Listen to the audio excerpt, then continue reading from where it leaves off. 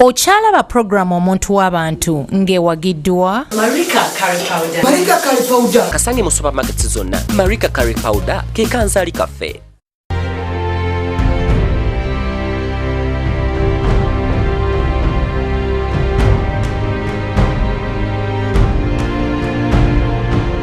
Kulisayo nnyo mu kuwummulamu okwo tukyagenda mu maaso n'omuyimbi Judith Babirye bw'oba wakatweyungako tuli mu kunyumyamu obulamu bwe. Ovaayo ogenda Munnaalinnya? Nvaayo ngenda Munnaalinnya. Nyingira Munnaalinnya nali mu primary 3 ensoma emisomo gyange. Envaawo ne ngenda Ndejje secondary. Eno Nnaalinnya gye wamalira P7? Ye. Oli mu Kisulo? Of course your boarding school. Kati emirimu gy'awaka wagiyigadde? Holiday. Mu holiday ffe nga budda awaka waliwo eŋŋombo nti omukazi takola ki takyala. Era otuuka awaka ng'ojjamu engoye bulungi nga bakwaniriza omanye akaako obupya akaako nga kakweddeko nnaku 3.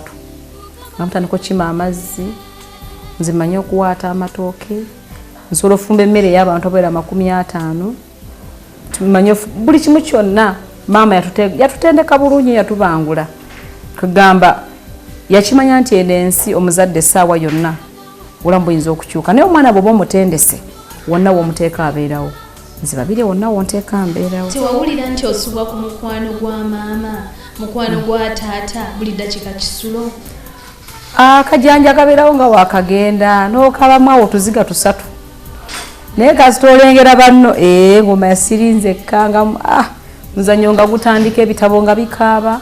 Kati system kusoma olidde kusoma n'okimanyiira. Omukwano gwa maama nagusibwanga n'ogwa taata naye ngira bw'ogambye nti okimanyiira. Mu Kisulo eno mu primary ki ky'osinga okujjukirayo? Batugamba abaana basomera mu bisulo muba n'obuzeeze obw'omu bisulo nga bweyo. Endaze gyensiga okujjukira mu bisulo naddala mu primary mu Nnaalinnya awo walingawo ebizimu ebyajjanga ekiro. Abaana nga babituma erinnya nti Agujju. Akati oba omwana ki ekyamukanganga ng'alekana Agujju wuyo mwena nga dde omwegugumuka nga mutandika okuleekaana. Naye bababuuza kitandise n'Agujju gy'alaze tebumulabako. Katwamale bagamba nti kwegamba mbu Agujju muganda wa Bukalabanda. Kati bava ku Bukalabanda bagamba nti kati Bukalabanda kukajja kakakona bwe ko era ngoyingira obuli bwe nange okaakana bwoti tiba nange Obukalabanda. Naye nga Agujju ye bw'abazze obuli ekitunga kikutuddeko bwekiti n'empewo neekuyitamu mwagala okuzuuka tozuuka. Kati mwe bamutuuma kyogamba ddala byalingayo oba baana ffujjo lyabwe nga mwenna buli mukiyingiramu? Ffe ekituufu byalingayo. Ekituufu nze munnaye nawulirako obukondo obwo nga nesaaleekaanako. Kati Agujju yakukwatako? Agujju yankwatako. Agujju oyo yankwatako. Nempuliranga ekintu kinkwatako bwekiti ng'olyanga kibulangiti ekikukkako bwekiti. Naye ng'oyagala okuzuukuka naye nga tosobola naye ng'owulira naye nga there is a certain external force waliwo force eno empya erinyaga okuga nti owange beera nkowulira ekikunyigiriza. Olw'obudde wabanga bwa kiro misana ku makyawo nga munakyo? Kyo tekyalindanga budde wonna weebakidde oba misana.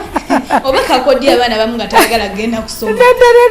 Era abaana bonna abaasomera Nnaalinnya bwe mubanga mulaba mubeere bamazima ba OGs. Agujju mumujjukira?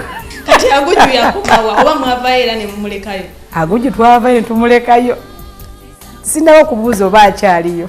Naye Agujju oyo ng'abaana balekaana metu olwo babayita metroni metu naye nga Agujju agenda. Kati gwe yakuvaako ssaawa mmeka akuleke bwe yakwata? Agujju ono ng'ali fane takubeerako bbanga ddene. Kirina engeri ekikunyigamu nga kirina kye bayita express. Mu ddakiika eyo entono gyekijjidde okiwuliramu amaanyi era owulira ng'ogenda kufa. Ate ekiruma ng'owulira banneeno baleekaana osiboogera naye nga gwe kikuliko wano tokola ki toseetuka. Kati bwe yakuvaako wawulira oti? Okugumuka bugumiza onoga bannange Agujju obwedda nnyiga. Bwagenda ng'otta mbeera zo ng'ogenda mu kiraasi? Atoza akuleka ng'oli mulwadde osigalawo ng'oli nnomo naye ng'ojjudde ensisi kugamba ng'olugamba saawa yakwebaka. Era abaana abasinga tusoma ebbayibuli zaffe emitwetwe mutajja ne tuyiga okusaba ate kyenebaza Katonda bammeetu abo baali balungi. Kuba nzijjukira mu Nnalinnya twalinangamu mmeetu gwe bayitanga Mukulu Kekshaka. Omukyalo ono baali balokole bali abedda batukutenderezaamu. Omukyalo ono yakola omulimu munene ng'atuyigiriza okusaba n'atuyigiriza Yesu okulokoka ebintu byali bingi bambi omukyalo Mukulu Kekshaka obanga olaba weebale nnyo omulimu gwe wakola. Yekwe wanonda kuluna kuwa olubyo lw'okusirika obulamu nga bulinga ebipapatyo. Yekwe wanonda Mukama sebo kabaka nompita Mukama katika kuwe sebo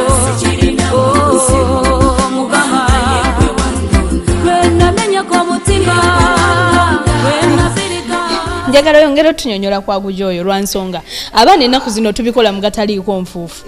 Abaana ne balalambala ne tulowooza oba tebaagala kusoma oba kiki. Kati mmwe mwava ku kimuyita Gujo mwasangawo linnya ne mutandikirawo nti ekintu kyali kizimbe nga waliwo abaakitandika oba wabula sisobola kumanya ani yaleeta Gujo. Simanyi naye ng'omanyi abaana b'essomero bayeeyaayo amannya kubanga naye kubuli omukyala Robina ebintu bino abaana tebeekoza. Nzijuga zaatukanga ssaawa nga 9 awo ogw'ekiro n'olyoka owulira enduulu ng'abantu bali bwe baga uwi ne bagenda ne gundi gurupu endala neddawo. Kati nkuze ndowoozaamu nti oba bwali buwanga bw'aba abantu bali abaafa edda oba mizimu gyabwe nze simanyi. Naye ng'entiisa Robina ebeera nnyingi ate nga Gujo bw'aba azze edda mumuwulira atambula akoona obukono tu kati gwe batuddeko ye tatewalala kwenyeenya kubanga tasobola kwenyeenya. Balowooza nti olusozi olwo kuliko omusajja bamuyita Mirimu naye nga kati yajjanga balowooza yali munga mu kanzu gundi bwetetemagana. Kati baabaana bwe batugambanga nti bamulabanga oluusi ng'ajja mu domiture naye kyatuukanga mu biseera bwe bataalinanga bulungi ssente n'olwekyo simanyi oba kyakoinsaidi naye ng'olwo owulira nti Mirimu yazze biki. Kati waliwo n'abamu nga osanga balina problems zaabwe kati balowooza nti osanga yazikozinze yawadde Mirimu especially oluusi bwe bayokyanga ekibira ekyalinga next kati kumpi awali university kati gabagamba bayokyezza ebintu bya Mirimu anyiize biki bwe bityo bagamba stories nga bwe zibeera mu ssomero. Mu primary ng'ogyeko Gujo ki ekirala ky'osinga okujjukirayo? Primary kyensinga okujjukirayo nti Nnalinnya Lwantale twakolanga nnyo music. Twayimbanga nnyo era nga finals tulina tuteeka ku tata twayinanga tata tubeera okwo ne tujja mu competitions. Era Nnalinnya twasinganga nnyo mu mirembe gy'omugenzi John Paul Muzira yali kojja wange nga yadda ku taata wange. Yafa mwaka za gwali gwa 12 around that time eri headmaster naye ebiseera ebyo Nnalinnya Lwantale twatumbuka nnyo akademikale n'endya music. Wali otandise okwesuula nti olina mu ddoboozi oba wali tonnakitegeera? Baali baŋŋamba naye ng'omuto bw'abeera nze nga sikimanyi naye nga kimanyi nakulemberanga ennyimba n'omukyala maama Rebecca Muzira oyo ate yakulemberanga ebyokuyimbisa abaana.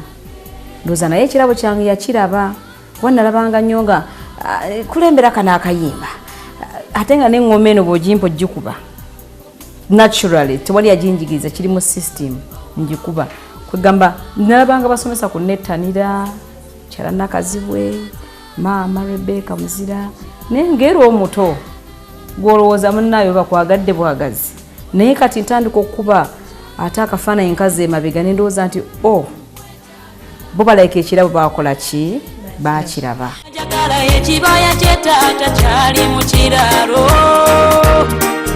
bwe yanjagala teyafaayo kyali yambala tangira bwe yanjagala teyafaayo kyali kyayibwa bangi nasiba nasula enjala teyavuga ku motoka teyazimba nyumba bambe yayagala nsasulire ebbanja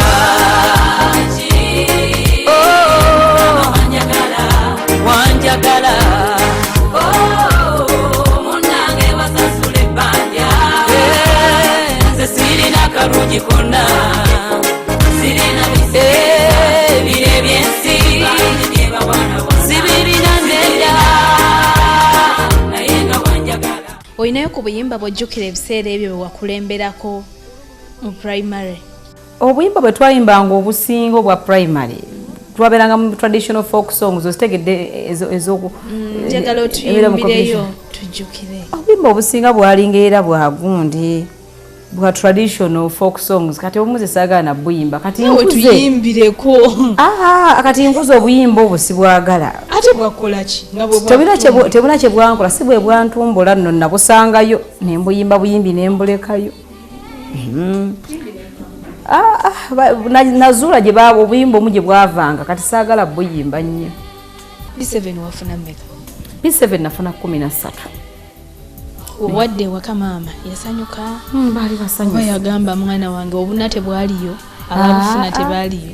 Baali basanyufu era nze nkubuulira amazima omwana bw'aba asomye n'atagwa mwebaze. Nze Robino okunziza ku ssomero kati nga nti soma nkusasulidde byonna saagala kusoma ssaawa eno bannange okusoma si kwangu kyova olaba bwe nafuna 13 zange bansanyukira era nengenda nenjoyiringa secondary nenfuna 23 mu senior 4. Oli ku Bukedde TV1 program muntu w'abantu tukyagenda mu maaso n'omuyimbi Judith Babirye tukomawo tovaawo.